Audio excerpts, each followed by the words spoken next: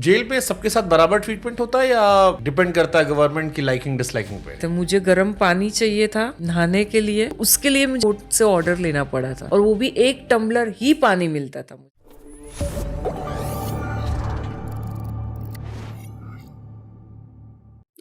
Jail पे सबके साथ बराबर ट्रीटमेंट होता है या डिपेंड करता है गवर्नमेंट की लाइकिंग डिसलाइकिंग पे?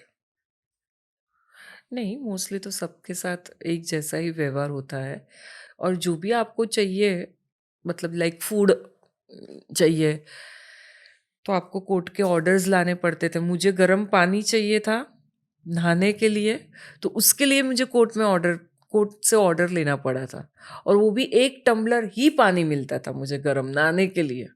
वो I think after 25 days of my arrest and going to jail मुझे कोर्ट से ऑर्डर मिला। दिसंबर का महीना था, हालांकि दिल्ली जैसी सर्दियाँ तो यहाँ पे नहीं होती है, बट फिर भी तो हर एक चीज़ के लिए आपको कोर्ट से ऑर्डर ही लेना पड़ता है। सो मोस्टली तो इक्वालिटी ही होती है। मैंने कई सारे जेलर के इंटरव्यूज किए, कहते हैं अगर अच्छा पैसा हो सारा जुगाड़ हो जाता है। बड़ी सारी कहानियां सुनी हैं, दिल्ली के जेलर साहब की एक सीरीज भी आई थी अभी अभी आई और थी। उन्होंने खूब कहानियां सुनाई हमें, लेकिन उधर नहीं जाऊंगा मैं।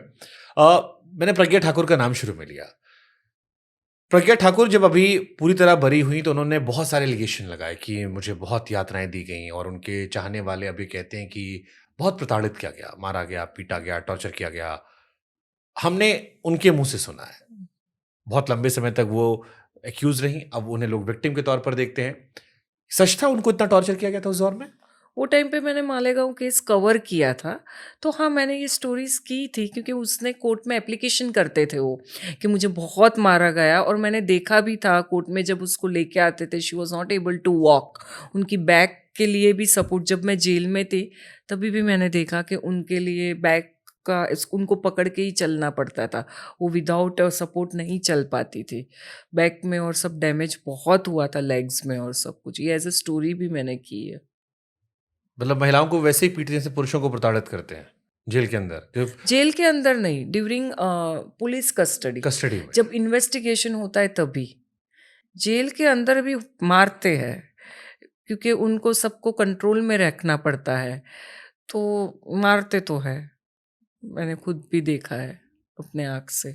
और बाद में एक फेमस अभी केस भी हुआ जिसमें सभी police constable ladies custodial death का, तो प्रूफ तो है ही मारने का। आप क्राइम रिपोर्टर क्यों बने थे? आमतौर पर लड़कियां जो होती हैं वो एंटरटेनमेंट में जाती हैं या न्यूज़ पढ़ने आती हैं, पॉलिटिकल में भी रहती हैं।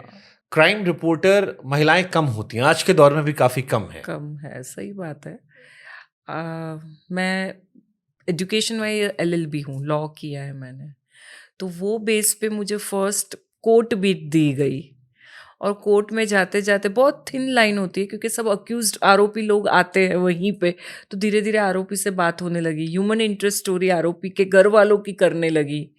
और फिर वो सेशंस कोर्ट कर यहाँ पे है काला घोड़ा में, बॉम्बे में, तो वहाँ से फिर कब क्राइम ब्रांच क्राफर्ड मार्केट चली गई कोर्ट कर स्टोरी करते करते करते। वो बहुत थिन लाइन थी।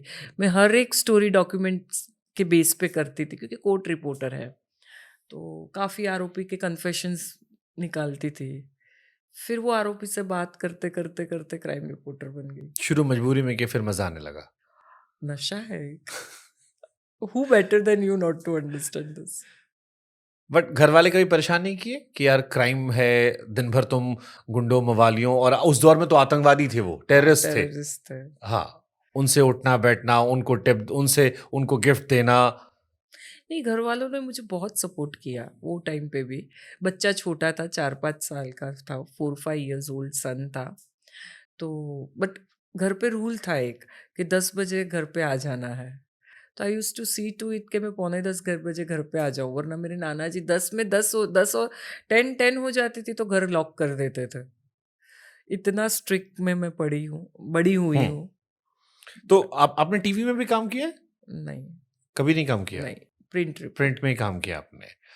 उस दौर के जर्नलिज्म में जब आपने सब शुरुआत की क्राइम की, तो एक विमेन के लिए क्या चैलेंजेस थे? बहुत सारे चैलेंजेस थे। पहले तो टू डील विथ आदमियों की इनसिक्योरिटी से डील करना सबसे बड़ा चैलेंज था।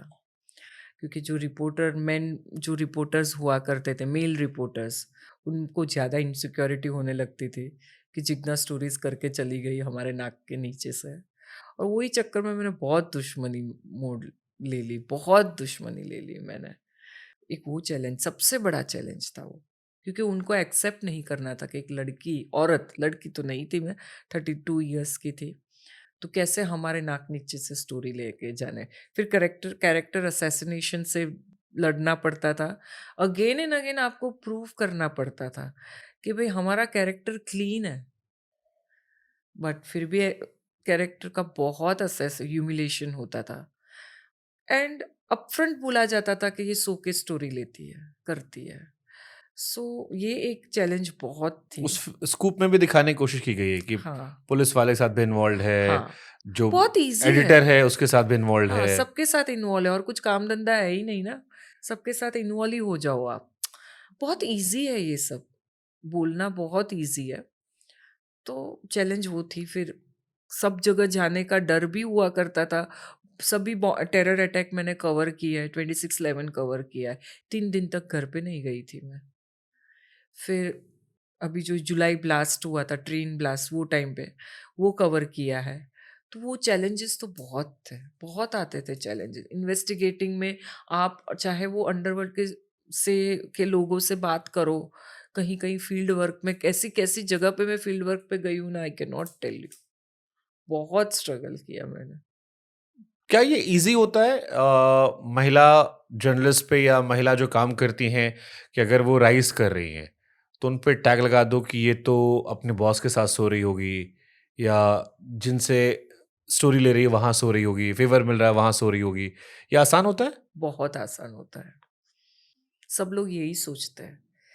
एक मेल रिपोर्टर या मेल एडिटर सोचता है तब तक तो ठीक है।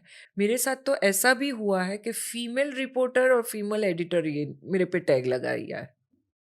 ये हुआ है मेरे साथ। तो मैं सोचती हूँ, आज मैं सोचती हूँ शायद वो लोग वही तरीके से ऊपर पहुंचे होंगे, इसलिए उनको सब वैसे ही दिखते हैं। शायद हो सकता है ऐसा। सबसे आपको क्या लगता है, सबसे आपकी बेस्ट रिपोर्टिंग कौन सी थी अपने दौर में जो आपने क्राइम की?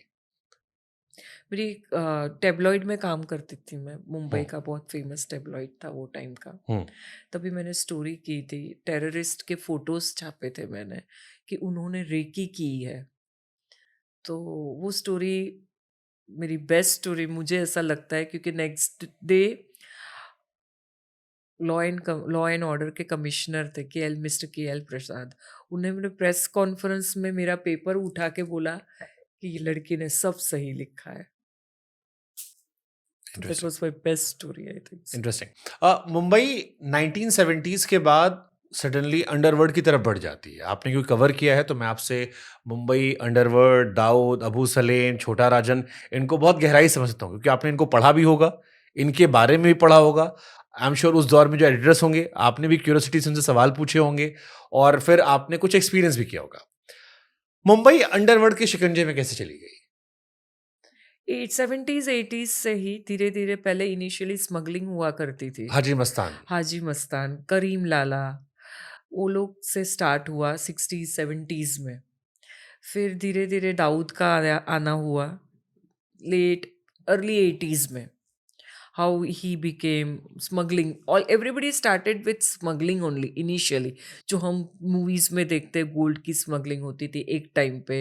एक टाइम पे इलेक्ट्रॉनिक्स की वो सब स्मगलिंग होती थी। फिर धीरे धीरे एक ट्रांजिशन आया, एक्सट्रोशन होने लगा वो स्मगलिंग का छोड़ के। फिर बैटिंग, क्रिकेट की बैटिंग में होने लगा। वो एक दौर आया 80s का, जब क्रिकेट बैटिंग, दाऊद ही use to mainly get hmm. Into cricket batting and वो सब। सबको दुबई में जाके हाजिरी लगानी पड़ती थी, चाहे वो बॉलीवुड के एक्टर एक्ट्रेसेस हो या क्रिकेटर्स हो। वो एक दौर आया 80s का। 90s में हफ्ता वसूली का दौर आया। फिर आपस में इंटरनल गैंग राइवलरी होने लगी आपस में। वर्चस्व किसका, बॉम्बे पे राज कौन करेगा, वो एक फेज आया। तो हर एक 10 साल के एक फेज आते थे। फिर एक्सटॉर्शन, जैसे मैंने बोला, बिल्डर लॉबी से एक्सटॉर्शन चालू हुआ 90s में। बॉलीवुड प्रोड्यूसर्स से एक्सटॉर्शन चालू हुआ।